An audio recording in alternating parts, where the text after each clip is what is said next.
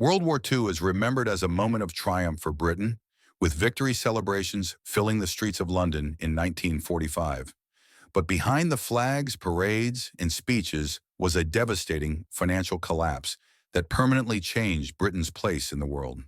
Before the war, Britain was not just a nation, but the heart of a vast global empire that controlled nearly one-quarter of the world's population and landmass, dominated international trade routes, and issued the world's most trusted currency, the British pound. London functioned as the financial capital of the world, where global banking, insurance, shipping, and investment decisions were made, and Britain's wealth flowed in from colonies across Asia, Africa, and the Middle East. This power gave the impression that Britain was unshakable, but it also masked a deep vulnerability.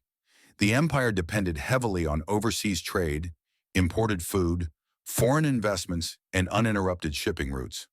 When World War II began in 1939, those lifelines were immediately threatened, and as the war intensified, Britain found itself fighting not only Nazi Germany, but also an economic battle it was not prepared to win. The cost of modern industrial warfare was enormous, and Britain poured vast amounts of money into weapons production, aircraft, tanks, naval fleets, and the maintenance of millions of soldiers spread across Europe, Africa, and Asia. German U-boats targeted British merchant ships in the Atlantic, sinking vital supply vessels and forcing Britain to import food, fuel, and raw materials at extreme prices while its export economy collapsed. To keep fighting, Britain began selling off its overseas investments, liquidating assets in the United States, Canada, and beyond, and draining its gold reserves at an alarming pace. By 1941, the empire that had once financed the world was rapidly running out of money and could no longer pay for the war in cash. This financial desperation pushed Britain toward the United States, which at the time had not yet entered the war and possessed enormous industrial capacity and financial strength. The American response was the Lend-Lease program, which provided Britain with ships, weapons, food, fuel, and equipment necessary to survive. But this assistance was never purely charitable. In exchange for supplies, Britain was required to give up valuable overseas assets, share sensitive military technology, and accept growing American influence over its economy and strategic decisions. While Lend-Lease kept Britain alive during the war, it also marked the moment when financial power decisively shifted across the Atlantic. When the war finally ended in 1945, Britain emerged victorious but exhausted, with bombed cities, damaged industries, and a population still living under rationing, and then came a devastating blow. The United States abruptly ended Lend-Lease almost overnight. Britain suddenly faced peacetime responsibilities without wartime support, and the financial reality was grim. Britain's national debt had climbed to more than 200% of its gross domestic product. Its foreign currency reserves were nearly gone, and it lacked the US dollars needed to import basic necessities such as food and fuel. Economically, Britain was no longer a world power, but a nation on the edge of collapse, a moment often described as its financial Dunkirk. Desperate to avoid starvation and economic chaos, Britain turned once again to the United States, this time not for wartime aid but for a massive loan. To negotiate this lifeline, Britain sent one of the most influential economists in history, John Maynard Keynes, to Washington with hopes of securing a grant or at least an interest-free arrangement that acknowledged Britain's sacrifices during the war. However, the balance of power had changed, and the United States was now in a position to dictate terms. The result was the 1946 Anglo-American Loan, worth $4.33 billion, offered not as a gift but as a loan with interest and strict conditions that would reshape Britain's economy.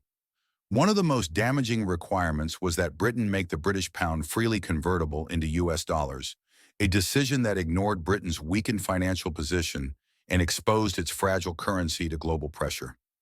The consequences were swift and severe. In 1947, as soon as convertibility was introduced, foreign governments and investors rushed to exchange their pounds for dollars, draining Britain's already depleted reserves and triggering a full-blown currency crisis. Within weeks, Britain was forced to suspend convertibility, impose emergency economic controls, and introduce harsh austerity measures that affected every aspect of daily life. Food rationing continued long after peace had been declared, Living standards stagnated, and the British government was forced to cut spending while focusing on debt repayment rather than national recovery. These economic pressures had global consequences because Britain could no longer afford to maintain its empire. Colonies that had once generated wealth now required costly administration and defense. And one by one, Britain began granting independence, selling overseas assets, closing military bases, and retreating from its role as a global enforcer. The empire that had ruled the world for centuries dissolved not through military defeat, but through financial exhaustion, while at the same time the United States experienced an unprecedented economic boom. American factories had been untouched by bombing, its workforce expanded, its industries dominated global markets, and the US dollar replaced the British pound as the world's primary reserve currency, cementing America's position as the new global superpower. The transformation of world order was complete. Britain had won the war but lost its dominance, while the United States emerged as the financial and political leader of the post-war world. Perhaps the most powerful symbol of this shift came decades later, largely unnoticed by the public, when Britain quietly made its final World War II debt payment on December 31, 2006, more than 60 years after the war had ended. With that final transfer, the financial chapter of Britain's wartime collapse officially closed, serving as a reminder that empires do not always fall on the battlefield. Sometimes they fall in balance sheets, loan agreements, and interest payments, proving that in modern history, debt can be just as powerful as armies in deciding the fate of nations. Thank you for watching Past to Present. If you found this deep dive into history valuable, please hit the like button and subscribe to join us as we continue to uncover the stories that shaped our world. We'll see you in the next one.